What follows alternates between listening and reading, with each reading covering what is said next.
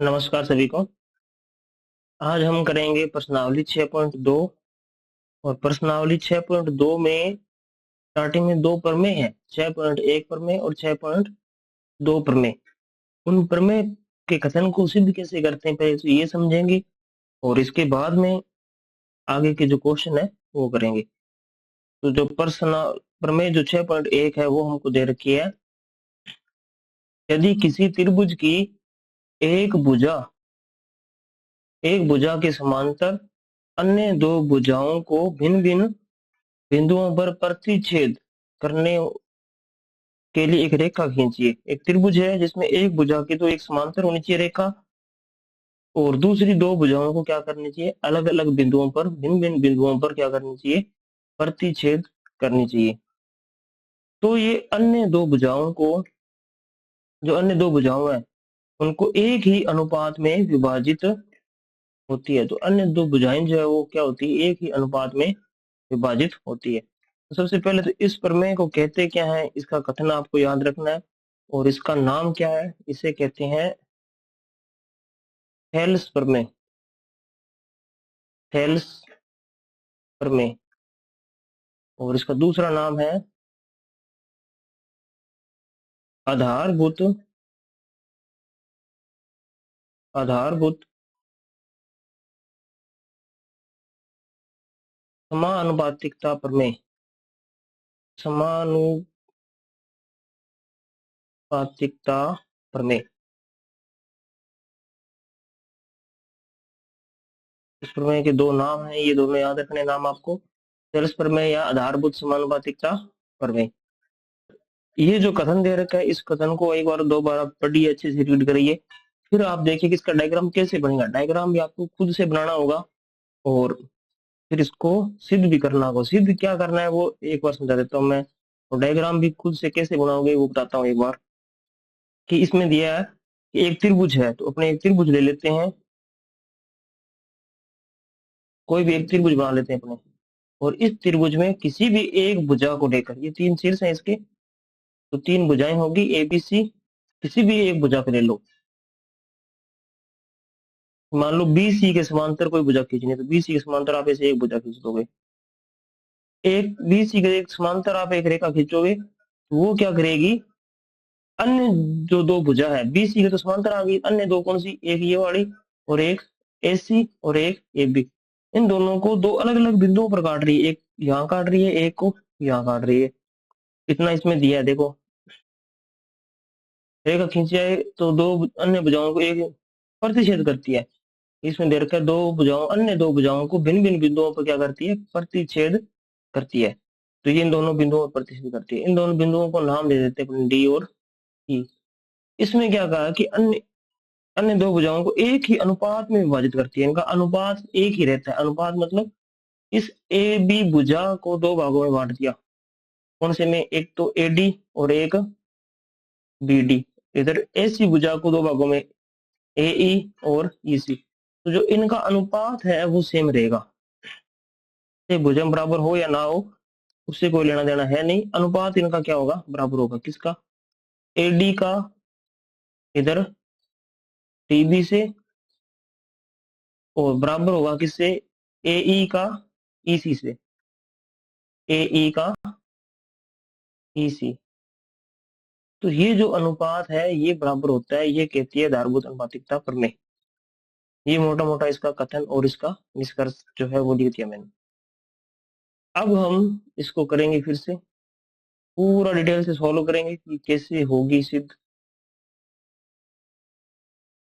तो एक बार कथन और पढ़ना आपको अच्छे से, इसका कथन पढ़ेंगे जब तक ये समझ ना आ जाए। तो कथन को आपको अच्छे से बार बार इसको पढ़ना है और याद भी करना है। कथन को आप बिना देखे लिख के भी देखो, कथन में क्या बातें बोलेगी, ये मेन मेन पॉइंट आपको याद रखने हैं। कथन में ये कहा गया है कि एक त्रिभुज है, और उस त्रिभुज में एक भुजा के समांतर एक रेखा खींचनी है जो अन्य दो भुजाओं को कट करती है। और जिन बिंदुओं पर कट करती है उन बिंदुओं से जो दोनों भुजाएं हैं शेष वाली, वो क्या होती है, बराबर अनुपात में विभाजित होती है।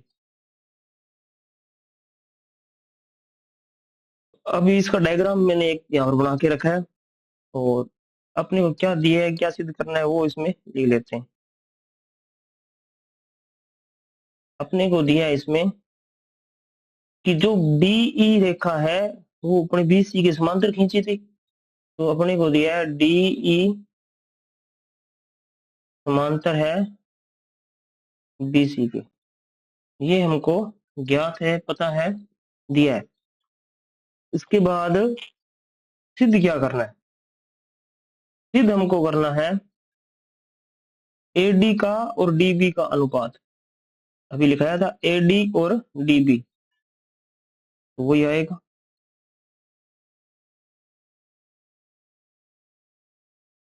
सिद्ध करना है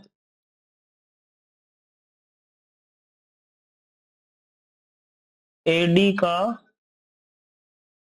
डीबी से अनुपात बराबर होता है एई का ईसी से। एडी डीबी, इधर एई और ईसी, तो ये अनुपात बराबर होता है, ये हमको सिद्ध करना है। अब इसमें हमको एक रचना भी करनी पड़ेगी, इतना तो हमको दिया था। रचना क्या करेंगे? रचना ये करनी है कि दो शीर्ष लंब डालने हैं। रचना करनी है, रचना में क्या आएगा? दो शीर्ष लंब। एक शीर्ष लंब तो डीएम, ये जो डीएम है वो लंब है एसी भुजा पे, तो ये लिख देंगे डीएम, ये निशान है लंब का एसी भुजा पे। दूसरी रचना हमने क्या की? ईएन, जो ईएन है वो लंब है, ईएन लंब है इस भुजा पे एबी पे। तो ये हमने एक रचना भी की है।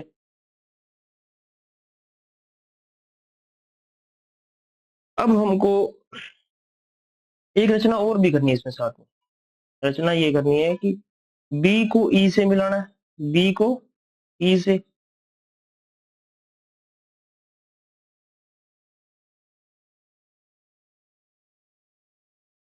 और डी को सी से मिलाना है।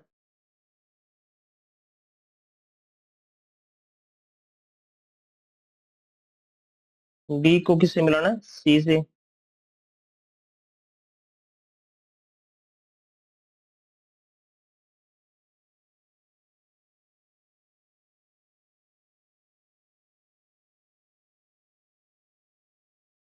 तो डी को हमने सी से मिला दिया, ये भी रचना के अंदर आएगा।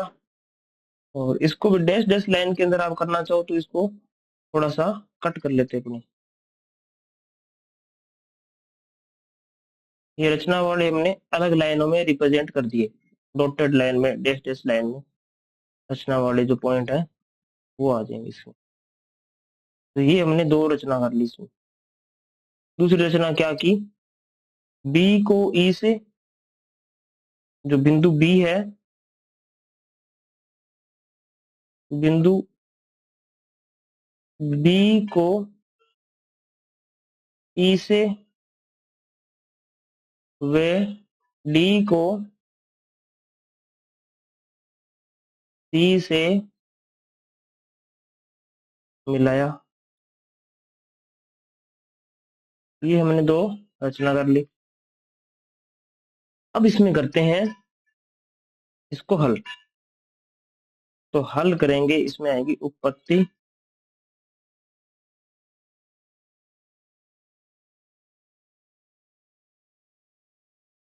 हल करने के लिए एक बार कंप्लीटली हल कर लेते हैं, फिर इसको जो सॉल्यूशन है इसका हल है उसको याद करने का हिंट क्या रखना है वो भी आपको बताया जाएगा। तो एक बार इसको पहले तो ध्यान से समझे कि ये कैसे मतलब सिद्ध होगी।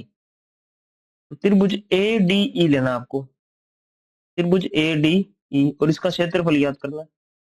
तो इसको लिख देते हैं शॉर्ट में एरिया त्रिभुज ए डी ई, और त्रिभुज का क्षेत्रफल होता है 1/2 आधार गुना ऊंचाई, 1/2 आधार गुना ऊंचाई। तो एडीई त्रिभुज है। अगर मैं ये शीर्ष लंब ले रहा हूं, ये शीर्ष लंब, तो आधार मेरा एडी हुआ, तो आधार एडी, शीर्ष लंब एनई। तो आधार एडी और शीर्ष लंब इस त्रिभुज की क्या होती है, ऊंचाई। तो ऊंचाई आएगी एन ई। फिर सेकंड टाइम इस त्रिभुज का लेना, इस तरफ इधर वाली तरफ ये त्रिभुज लेना। ये त्रिभुज कौन सा है, B D E, B D E. तो इसका एरिया याद करना आपको। तो क्षेत्रफल एरिया त्रिभुज, त्रिभुज B D E, B D E का क्षेत्रफल आपको याद करना है। तो ये भी आएगा 1/2 और आधार गुणा ऊंचाई। तो आधार तो इसका क्या हुआ कि देखो, इसमें त्रिभुज का शीर्ष लंब जो है वो त्रिभुज से बाहर भी हो सकता है। त्रिभुज ये है और इस भुजा को आगे बढ़ाने पर ये शीर्ष लंब बन रहा है। जैसे देखो, अगर कोई अधिक कोण त्रिभुज है तो उसका शीर्ष लंब जो है वो त्रिभुज से बाहर होता है।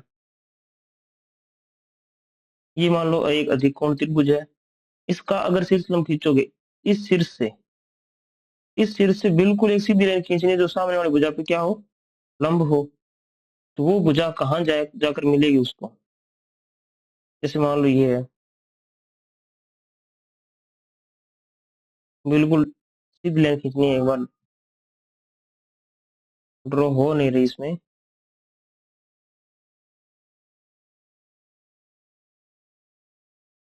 तो ये लाइन है, ये बिल्कुल सीधी है। अब इसको कहां पर मिलेगी, इसको बढ़ाने पर, आगे आगे बढ़ाने पर मिलेगी यहाँ पर। तो ये इसका शीर्ष लंब है। ये शीर्ष लंब त्रिभुज से क्या हुआ, बाहर हुआ। परंतु त्रिभुज की ऊंचाई यही होगी जो बाहर है वो। जरूरी नहीं कि त्रिभुज का शीर्ष लंब जो है वो त्रिभुज के अंदर ही हो। तो ये बात आपको समझ में आ गई होगी। इसका आधार होगा बी डी और शीर्ष लंब होगा एन ई। ध्यान रखना, आप ऐसे मत सोचना कि शीर्ष लंब त्रिभुज के अंदर तो है ही नहीं। तो बी डी गुणा एन ई, दोनों के इनके क्षेत्रफल याद कर लिए। अब इनका करना आपको भाग, आपको करना है इसमें इनका भाग। इनका भाग करो तो क्या आएगा, एरिया त्रिभुज ए डी ई भाग में दूसरे त्रिभुज का एरिया बी डी ई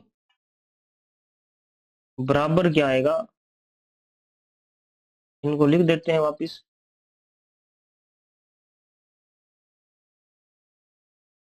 एक तो ये नंबर लिखना पूरा आपको,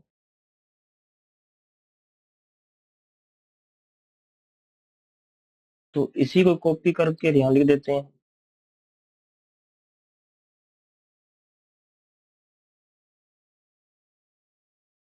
और एक नंबर लेना है ये वाला।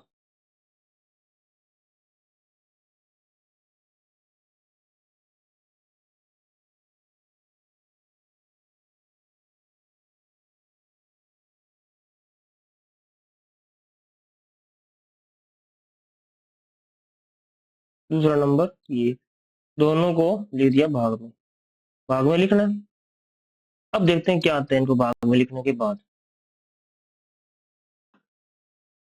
1/2 से 1/2 कट हो जाएगा, एन ई से एन ई कट हो जाएगा, क्या बचा, ए डी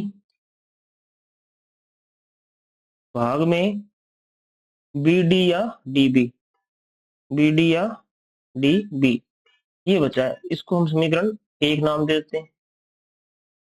अब ये जो हमने काम किया है यही काम राइट साइड वाले त्रिभुजों के लिए करना है हमको। तो राइट साइड में त्रिभुज कौन से हैं, एक बार डायग्राम से देख लेते हैं। ये डायग्राम अगर स्पष्ट दिखाई नहीं दे रहा है तो इसको हम नीचे की ओर ले आएंगे,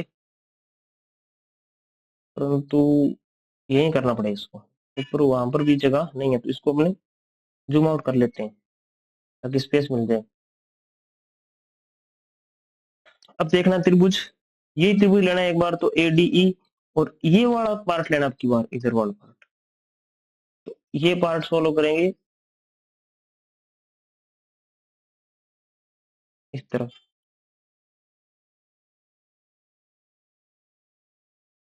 त्रिभुज ए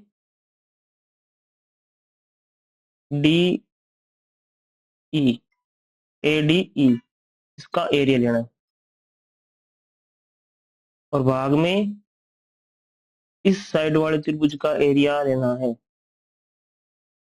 तो एरिया एक साथ लिख देते हैं, त्रिभुज सी डी ई, त्रिभुज सी डी ई बराबर ऊपर वाले का क्या आएगा, 1/2 आधार गुणा ऊंचाई। तो अब की बार शीर्ष लंब ये ले रहा हूं मैं, डी एम। तो ये तो ऊंचाई हो जाएगी डीएम, तो आधार कौन सा होगा, ए ई। तो ए ई आधार और गुणा ऊंचाई है इसका डी एम, और भाग में 1/2 आधार गुणा ऊंचाई। तो ये त्रिभुज है। अब ऊंचाई इसकी भी यही है, डी शीर्ष से लंब डाला गया है, तो शीर्ष लंब डीएम है, तो आधार ये वाला, और ये त्रिभुज का आधार त्रिभुज इतना ही है, तो आधार भी सीई होगा इसका। तो सीई गुणा डीएम, भाग में डीएम से डीएम कैंसिल, 1/2 से 1/2 कैंसिल, तो क्या आया, ए ई बटे में ई सी। ई सी लिख दो, सी ई लिख दो, एक ही बात है। तो ये अपने इसमें दो समीकरणें बन गई है। समीकरण नंबर 2 नाम दे देंगे इसका।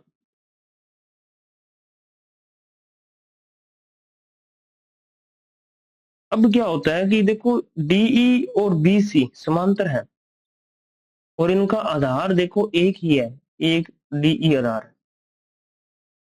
तो आधार डीई, आधार डीई व समांतर रेखाएं, समांतर रेखाएं कौन सी,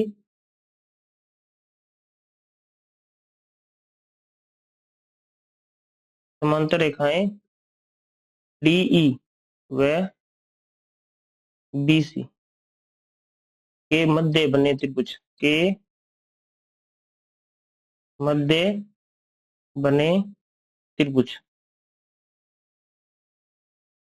तो 9वीं क्लास में एक प्रमेय थी कि एक ही आधार और समांतर रेखाओं के बीच अगर कोई त्रिभुज बने हैं, जितने भी त्रिभुज बनेंगे, 2 बने 4 बने, उन सब का क्षेत्रफल बराबर होता है। इसका मतलब है कि त्रिभुज बी डी ई और त्रिभुज सी डी ई का क्षेत्रफल बराबर होगा। त्रिभुज बी डी ई और इसका जो क्षेत्रफल है, एरिया, वो बराबर होगा सी डी ई के क्षेत्रफल के, सी डी ई के क्षेत्रफल के। इसको आप समीकरण नंबर 3 दे सकते हो एक बार। ये कथन एक बार फिर से रिपीट करता हूँ, डायग्राम बना के समझा देता हूँ आपको कि दो समांतर रेखाएं हैं, दो समांतर रेखाएं हैं, उन पर एक ही आधार के दो त्रिभुज बने हुए, एक ही आधार मैंने ये ग्रीन लाइन ड्रॉ कर दी, इससे दो त्रिभुज बने, एक त्रिभुज तो इधर बना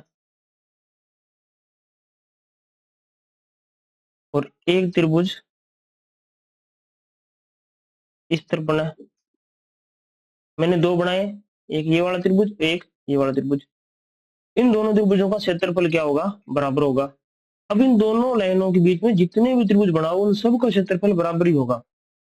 कंडीशन क्या है कि उनका आधार एक होना चाहिए, सेम। तो ये ग्रीन वाला आधार लेके मैं एक त्रिभुज यहाँ बना दूं, तो अब 3 त्रिभुज बन गए, इन तीनों का क्षेत्रफल बराबर होगा।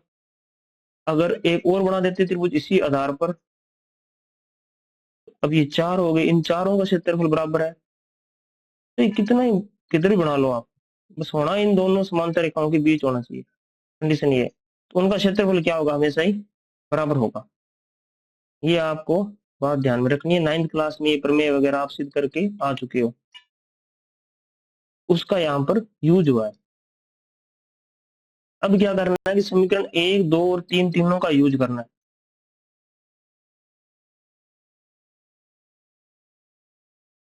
समीकरण 1 2 और 3 से क्या करोगे कि इनमें ऊपर का भाग तो दोनों बराबर है, और बटे वाला भाग भी आपने बराबर सिद्ध कर लिया। तो दोनों में इनके ऊपर वाले भाग बराबर से बटे वाले भाग बराबर सिद्ध कर लिया तो क्या आएगा, AD बराबर DB, और इधर क्या आएगा, AE बराबर EC। ये जो प्रमेय है वो सिद्ध हो चुकी है, ये हमको सिद्ध करना था। देखो कि ये और ये भाग हमने बराबर इस प्रमेय से कर लिए यहाँ पर, और ऊपर